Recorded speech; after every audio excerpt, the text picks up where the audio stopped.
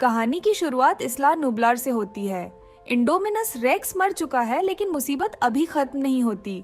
Island का ज्वालामुखी तेजी से एक्टिव हो रहा है, लावा हर तरफ फैल रहा है और सभी डायनासोर अपनी जान बचाने के लिए भाग रहे हैं। ऐसा लग रहा है कि करोड़ों साल बाद वापस आई यह पूरी प्रजाति फिर से हमेशा के लिए खत्म होने वाली है। इसी बीच कुछ भाड़े के सैनिक चुपके से आइलैंड पर पहुंचते हैं। उनका मकसद किसी डायनासोर को बचाना नहीं, बल्कि इंडोमिनस रेक्स का डीएनए हासिल करना होता है। टीम समंदर के अंदर मोसासोरस के इलाके में जाकर हड्डी का सैंपल निकाल लेती है, लेकिन वापस लौटते समय विशाल मोसासोरस हमला कर देता है। कई लोग मारे जाते हैं और आखिर में वही समुद्री दानव खुले समुद्र में आजाद हो जाता है। दूसरी तरफ पूरी दुनिया में इस बात पर बहस छिड़ जाती है कि डायनासोरों को बचाया जाए या उन्हें प्रकृति के साथ खत्म होने दिया जाए। डॉक्टर मैल्कम साफ कहते हैं कि इंसान पहले ही बहुत बड़ी गलती कर चुका है और अब प्रकृति को अपना काम करने देना चाहिए। लेकिन क्लेयर इस फैसले को स्वीकार नहीं कर पाती। वह अब एक संस्था चलाती है जो सिर्फ डायनासोरों को बचाने के लिए काम करती है। सरकार मदद करने से मना कर देती है। तभी क्लेयर को एक रहस्यमयी कॉल आता है। उसे बेंजामिन लॉकवुड के आलीशान बंगले में बुलाया जाता है। लॉकवुड जुरासिक पार्क के संस्थापक हैमंड का पुराना पार्टनर होता है। वहां क्लेयर को पता चलता है कि लॉकवुड के पास एक और गुप्त आइलैंड है, जहां सभी डायनासोरों को सुरक्षित बसाया जा सकता है। लॉकवुड का भरोसेमंद आदमी इलाई मिल्स बताता है कि इस मिशन के लिए क्लेयर की जरूरत है, क्योंकि वही पुराने पार्क का ट्रैकिंग सिस्टम दोबारा चालू कर सकती है। साथ ही सबसे जरूरी डायनासोर है ब्लू। अगर ब्लू नहीं मिली तो पूरा मिशन अधूरा रह जाएगा। ब्लू को पकड़ना आसान नहीं है, इसलिए क्लेयर ओवेन के पास जाती है। इंडोमिनस रेक्स वाली घटना के बाद दोनों अलग हो चुके हैं। शुरुआत में ओवेन साफ मना कर देता है, उसे इस मिशन पर भरोसा नहीं होता। लेकिन जब वह ब्लू के साथ बिताए पुराने पल याद करता है तो आखिरकार अपना फैसला बदल देता है। कुछ समय बाद क्लेयर, ओवेन, फ्रैंकलिन और डॉक्टर जिया आइलैंड पर पहुंच जाते हैं। कभी हजारों टूरिस्ट से भरा रहने वाला यह पार्क अब पूरी तरह वीरान और खतरनाक बन चुका है। वहां उनकी मुलाकात विटली और उसके हथियारबंद सैनिकों से होती है। ओवेन को पहली नजर में ही उन लोगों पर शक होने लगता है। कंट्रोल सेंटर पहुंचकर क्लेयर ट्रैकिंग सिस्टम दोबारा चालू करती है। कुछ ही सेकंड में सभी डायनासोरों की लोकेशन स्क्रीन पर दिखाई देने लगती है। आखिरकार ब्लू का भी पता चल जाता है। ओवेन अकेले ब्लू के पास जाने का फैसला करता है। वह पुराने ट्रेनिंग वाले इशारों का इस्तेमाल करता है। शुरुआत में ब्लू सतर्क रहती है, लेकिन धीरे धीरे उसे ओवेन की पहचान याद आने लगती है। दोनों के बीच भरोसा वापस बनना शुरू ही होता है कि अचानक एक बेहोशी का तीर ब्लू को लग जाता है। ओवेन गुस्से में चिल्लाता है, क्योंकि उसने अभी हमला करने का इशारा ही नहीं दिया होता। लेकिन विटली के लोग उसकी बात नहीं सुनते। घायल ब्लू खुद को बचाने के लिए हमला करती है। तभी एक सैनिक गोली चला देता है और ब्लू गंभीर रूप से घायल होकर गिर जाती है। ओवेन विटली पर टूट पड़ता है, लेकिन उसे भी बेहोशी का तीर मार दिया जाता है। डॉक्टर जिया समय रहते उसकी जान बचा लेती है और मजबूरी में विटली को ब्लू का इलाज करवाने पर राजी होना पड़ता है। उधर कंट्रोल सेंटर में क्लेयर और फ्रैंकलिन डायनासोरों पर नजर रख रहे होते हैं। तभी जमीन जोर जोर से कांपने लगती है। ज्वालामुखी आखिरकार फट चुका होता है। इसी मौके का फायदा उठाकर विटली और उसके लोग क्लेयर और फ्रैंकलिन को कंट्रोल सेंटर के अंदर बंद कर देते हैं। अब असली सच सामने आता है। पूरा रेस्क्यू मिशन सिर्फ एक झूठ था। इलाई और विटली मिलकर डायनासोरों को बचाने नहीं, बल्कि पकड़कर बेचने आए हैं। क्लेयर और फ्रैंकलिन किसी तरह एक गुप्त रास्ते से बाहर निकलने की कोशिश करते हैं, लेकिन रास्ते में उनका सामना एक खतरनाक मांसाहारी डायनासोर से हो जाता है। उसी समय लावा भी अंदर घुसने लगता है। दोनों किसी तरह मौत से बचते हुए बाहर निकल आते हैं।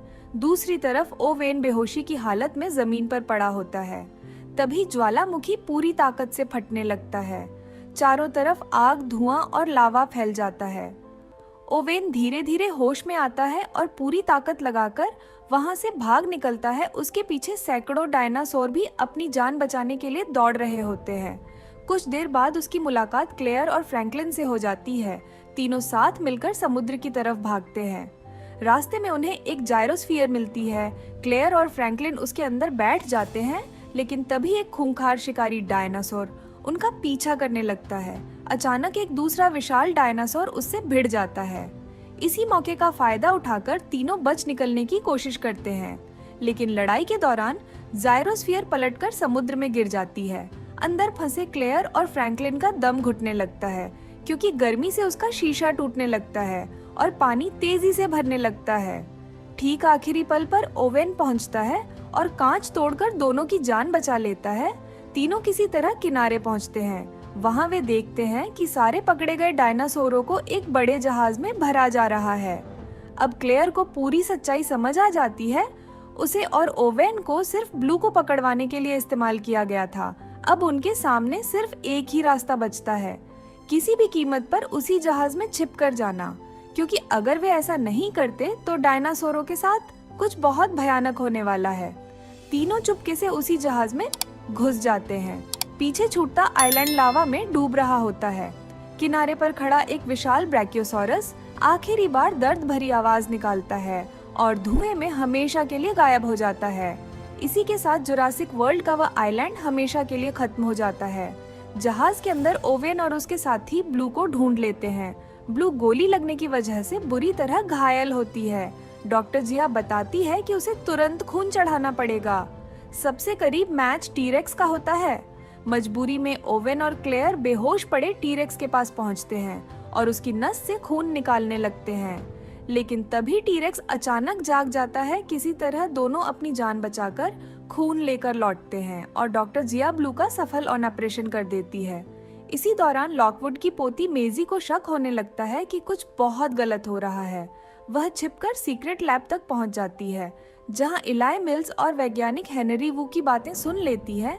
वहीं उसे पता चलता है कि इंडोमिनस रेक्स के डीएनए से एक नया राक्षस बनाया गया इंडोरैप्टर, लेकिन उसे पूरी तरह तैयार करने के लिए ब्लू का डीएनए चाहिए। उधर जहाज किनारे पहुंच जाता है और सभी डायनासोरों को लॉकवुड के बंगले के नीचे बने गुप्त परिसर में ले जाया जाता है। वहीं उनकी नीलामी की तैयारी शुरू हो जाती है। अब साफ हो जाता है कि पूरा रेस्क्यू मिशन सिर्फ करोड़ों कमाने की साजिश था। जब लॉकवुड को इस धोखे का पता चलता है तो वह इलाई को रोकने की कोशिश करता है, लेकिन अपने राज बचाने के लिए इलाई उसी की हत्या कर देता है और सबके सामने इसे सामान्य मौत बताकर छिपा देता है। दूसरी तरफ ओवेन एंड क्लेयर भी बंगले में घुसते हैं, लेकिन गार्ड उन्हें पकड़कर कैद कर देते हैं। ओवेन पास में बंद एक ताकतवर डायनासोर को भड़का देता है। वह दीवार तोड़ देता है और उसी अफरा तफरी में तीनों कैद से बाहर निकल आते हैं। ऊपर नीलामी शुरू हो चुकी होती है।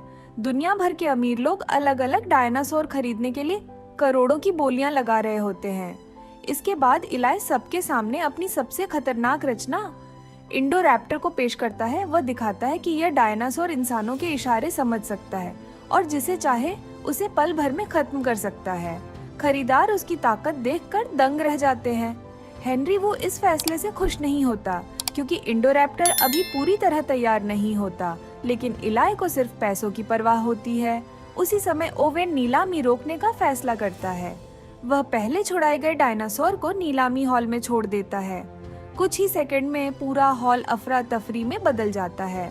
लोग जान बचाकर भागने लगते हैं और नीलामी रुक जाती है। इसी बीच लालची विटली इंडोरैप्टर के पिंजरे में सिर्फ उसका दांत निकालने के लिए घुस जाता है। उसे लगता है कि डायनासोर बेहोश है, लेकिन अगले ही पल इंडोरैप्टर अपनी आंख खोल देता है और विटली को बेरहमी से मार डालता है। अब सबसे बड़ा खतरा आजाद हो चुका होता है। इंडोरैप्टर पूरे बंगले में इंसानों का शिकार करना शुरू कर देता है। दूसरी तरफ इलाई मेजी को एक ऐसा राज बताता है जो सबको चौंका देता है। मेजी लॉकवुड की असली पोती नहीं है, वह उसकी बेटी का क्लोन है, जिसे खोई हुई बेटी को वापस पाने की कोशिश में बनाया गया था। लेकिन इलाई अपनी बात पूरी भी नहीं कर पाता। इंडोरैप्टर अचानक वहां पहुंच जाता है। इलाई भागने की कोशिश करता है, लेकिन आखिरकार वही राक्षस उसे भी मौत के घाट उतार देता है। उधर लैब में हेनरी वो ब्लू का डीएनए लेकर भागना चाहता है। डॉक्टर जिया बताती है कि ब्लू के शरीर में अब टीरेक्स का खून मिल चुका है, इसलिए शुद्ध डीएनए मिलना अब मुमकिन नहीं है। तभी फ्रैंकलिन हेनरी को बेहोश कर देता है और डॉक्टर जिया ब्लू का पिंजरा खोल देती है। आजाद होते ही ब्लू इंडोरैप्टर के पीछे निकल पड़ती है। बंगले के ऊपर मेजी अपनी जान बचाकर भाग रही होती है। इंडोरैप्टर उसकी गंध सूंघकर उसका पीछा करता हुआ सीधे उसके कमरे तक पहुंच जाता है। वह खिड़की से अंदर घुसता है और हमला करने ही वाला होता है कि ओवेन बीच में आ जाता है, लेकिन उसकी गोलियां इंडोरैप्टर पर लगभग बेअसर रहती हैं। ठीक उसी समय ब्लू वहां पहुंच जाती है। दोनों खतरनाक रैप्टर आमने सामने आ जाते हैं। उनके बीच जबरदस्त लड़ाई शुरू हो जाती है। इंडोरैप्टर बेहद ताकतवर होता है, लेकिन ब्लू हार नहीं मानती।